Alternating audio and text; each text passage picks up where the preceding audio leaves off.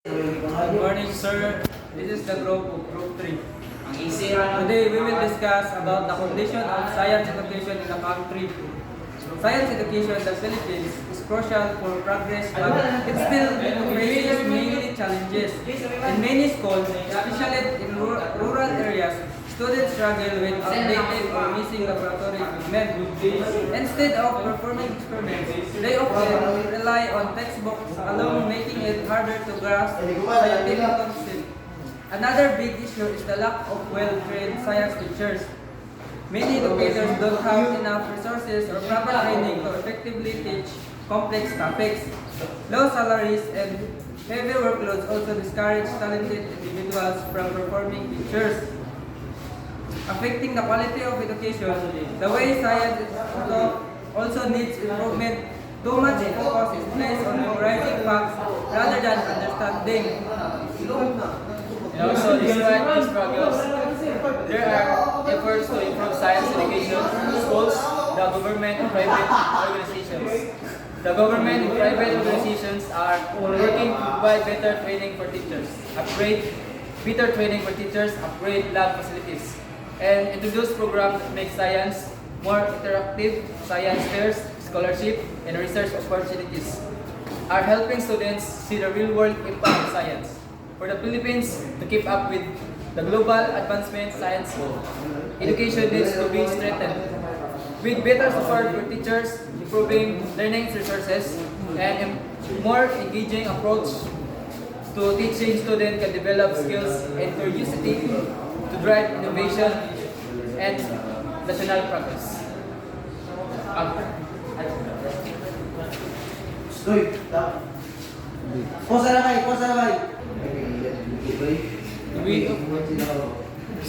science education in the Philippines. Science education is crucial pillar for national progress, driving innovation and economic growth. In the Philippines, however, it faces numerous challenges that limit its effectiveness and accessibility. From outdated laboratory equipment and storage of well-trained teachers to a rigid curriculum that prioritize memorization over practical learning.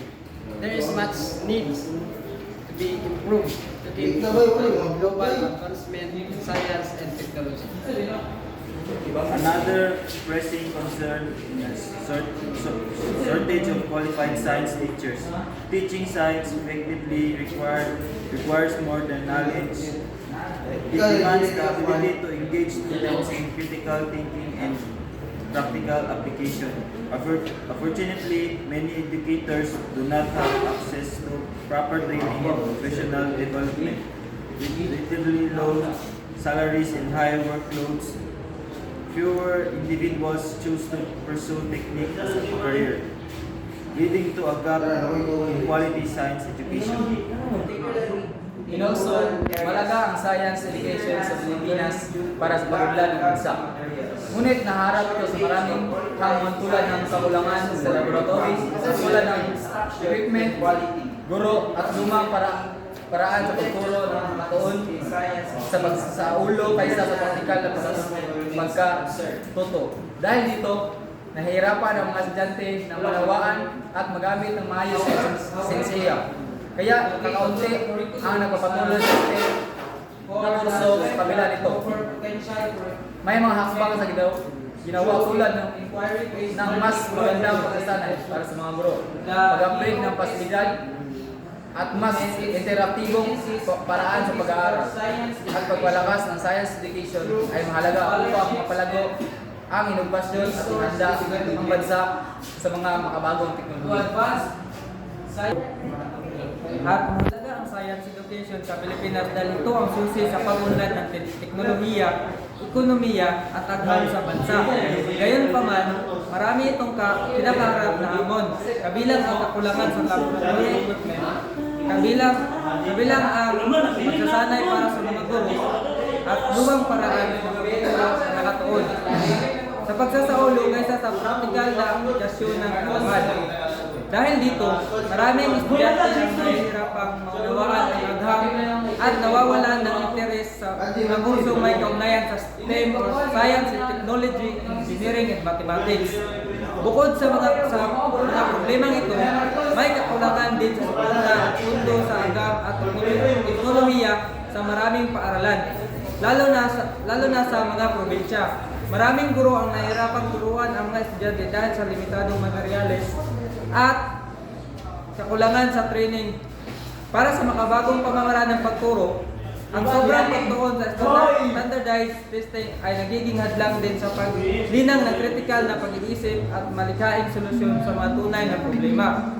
Sa kabila ng mga hamong ito, may mga pagsisikap mula sa gobyerno at pribadong sektor upang mapabuti ang science education sa bansa. Kabilang dito ang pagbibigay ng mas mahusay at pagsasanay para sa mga guro, pag-upgrade ng mga laboratorio at pagpapatupad ng mas interaktibong paraan ng pagkatuto. Tulad ng mga science fair, research programs at scholarship para sa mga pag-aaral.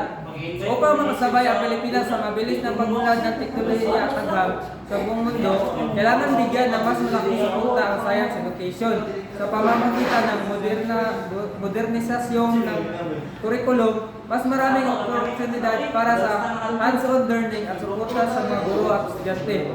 Maraming kabataan ang mahihingkayat na pumasok sa larangan ng agham at teknolohiya na siyang magpapalakas at hinaharap ng ating bansa.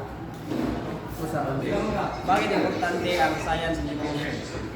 Ang kahalagahan ng paksang ito ay nakasalalay sa papel ng science education sa pag-unlad ng Pilipinas. Ang maayos at epektibong pagturo ng agham ay nakabukas ng maraming oportunidad para sa mga kabataan na maging bihasa sa medisina, enerhiya at iba pa. Panglarangan ng mga lakas sa pag-unlad ng bansa. Sa pamagitan ng mahusay sa science education, mas maraming Pilipino ang kakaroon ng kakayahan likha ng mga makabagong solusyon sa mga suliraning panlipunan. Tulad na lamang ng pagbabago ng klima, kalusugan at agrikultura. Mahalaga rin ito sa pagpapalakas ng ekonomiya dahil mas maraming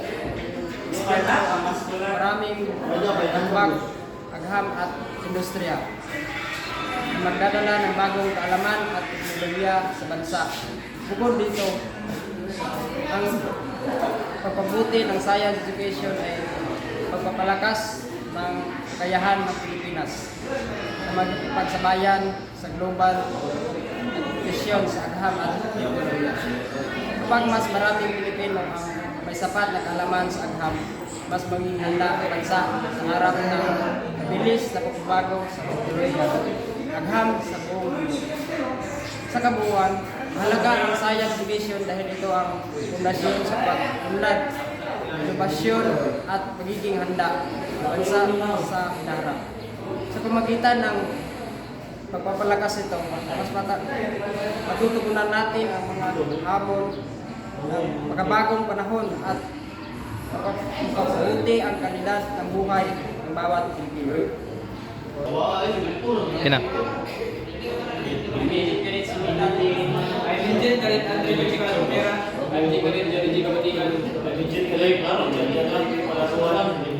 At yun lang po, kailangan